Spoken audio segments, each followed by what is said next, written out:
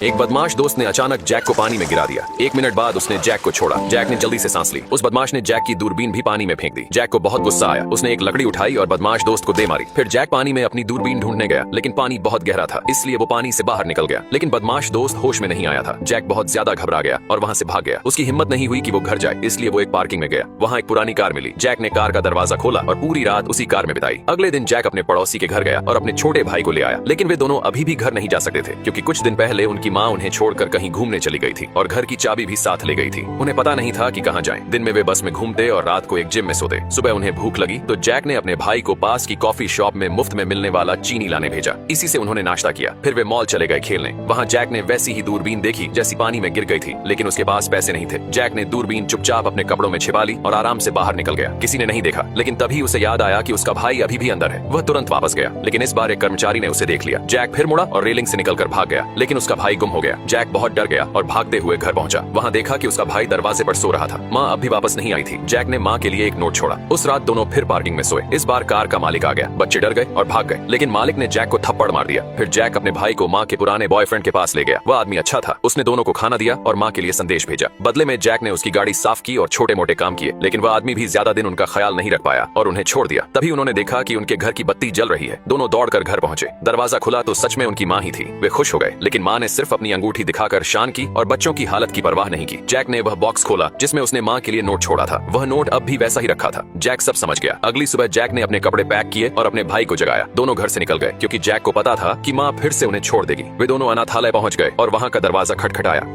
एक लड़की ड्राइंग की क्लास में लगातार पेपर पर कुछ लिख रही थी। टीचर को लगा कि वो चित्र बना रही होगी, लेकिन जब टीचर उसके पास गई तो देखा वो बिना रुके गणित के नंबर लिखे जा रही थी। टीचर ने कहा, ये गणित की नहीं कला की कक्षा है, पर लड़की नहीं रुकी। वह और भी तेजी से संख्याएं लिखती गई। टीचर को कुछ समझ नहीं आया तो उन्होंने उसकी कॉपी छीन ली और सबकी छुट्टी कर दी। बाहर जाकर वह सूरज को देखने लगी। शिक्षक ने आवाज दी, लेकिन लिंडा ने पलट कर नहीं देखा। ऐसा लग रहा था जैसे उसके मन में कुछ और ही चल रहा हो। उस दिन स्कूल में एक प्रोजेक्ट हुआ। बच्चों की बनाई गई कलाकृतियों को एक गुप्त जगह रखकर जमीन के नीचे डाल दिया गया। योजना थी कि इस बॉक्स को 50 साल बाद खोला जाएगा। लिंडा दूर से यह सब देख रही थी और उसके चेहरे पर एक अजीब गंभीरता थी। थोड़ी देर बाद जब शिक्षक ने फिर देखा तो लिंडा वहां नहीं थी। पूरे स्कूल में हड़कंप मच गया। उसे हर जगह ढूंढा गया, लेकिन वह कहीं नहीं मिली। तभी रात को स्कूल के तहखाने से अजीब आवाजें आने लगी। टीचर ने हिम्मत करके नीचे जाकर देखा। वहां लिंडा जमीन पर बैठी थी। उसके हाथों से खून बह रहा था और उसकी उंगलियां लगातार चल रही थी। वह बार बार वही नंबर लिख रही थी और कुछ बड़बड़ा रही थी। यह देखकर टीचर डर गई। टीचर को लगा कि लड़की पागल हो चुकी है। 50 साल बाद स्कूल ने उस बॉक्स को खोला। बच्चों की पुरानी कलाकृतियां बाहर निकाली गईं और नए बच्चों को उपहार के रूप में दी गईं। किसी को रॉकेट की तस्वीर मिली, किसी को उड़ने वाली कार की। सभी बच्चे बहुत खुश थे, लेकिन एक लड़का था। उसे एक पुराना फटा हुआ कागज मिला जिस पर केवल बहुत सारी संख्याएं लिखी थीं। वह थोड़ा उदास हो गया। तभी उसने देखा कि एक अजनबी उसे दूर से देख रहा है। लड़के ने उस पर ध्यान नहीं दिया। जब वो दोबारा देखने लगा तो वो आदमी वहां नहीं था। लड़के को लगा कि शायद ये नंबर कुछ खास है। वह कागज अपने घर ले गया और अपने पापा जैक को दिखाया। पहले तो जैक को लगा कि यह किसी बच्चे की शरारत है और उन्होंने वह कागज एक कप के नीचे रख दिया। लेकिन फिर उन्होंने देखा एक नंबर था 911296। उन्होंने इस नंबर को 11 सितंबर 2001 की तारीख और 2996 मौतों से जोड़ा। यह एकदम सही बैठा। जैक को यह कोई संयोग नहीं लगा। उन्होंने पूरे पन्ने को ध्यान से पढ़ना शुरू किया। उन्होंने देखा कि हर नंबर किसी बड़ी दुर्घटना की तारीख और मौतों की संख्या से मेल खा रहा था, लेकिन उसके बाद कुछ और नंबर लिखे थे, जैसे कूप, नर्ड, नेट्स, जो शायद कुछ जगहों के नाम हो सकते थे। अगली सुबह जैक एक खगोल शास्त्री दोस्त के पास गया, लेकिन दोस्त ने इस बात को मजाक में उड़ा दिया। जैक ने कहा कि 3 और दुर्घटनाएं बाकी हैं। अगली घटना कल होगी, जिसमें 81 लोगों की मौत होगी। रात को जैक ने टीवी पर न्यूज देखी, लेकिन कोई खबर नहीं आई। वह अपने बेटे को स्कूल से लेने निकला, पर ट्रैफिक में फंस गया। तभी उसे एहसास हुआ कि वह उसी जगह पर है जो संख्याओं में बताई गई थी। उसने कार रोकी और देखा कि एक विमान दुर्घटनाग्रस्त हुआ है। वह दौड़कर मदद करने पहुंचा। तभी एक जोरदार विस्फोट हुआ और कई लोगों की मौत हो गई। अब जैक को पूरी तरह यकीन हो गया। जो कुछ भी लिंडा ने 50 साल पहले लिखा था वह सब भविष्यवाणी थी। हर हादसा, हर मौत, सब पहले से लिखा हुआ था। सबसे डरावनी बात यह है, लिंडा को यह सब किसने बताया? क्या कोई अदृश्य शक्ति उसे भविष्य दिखा रही थी? और क्या आने वाली 2 घटनाएं भी वैसे ही होने वाली हैं?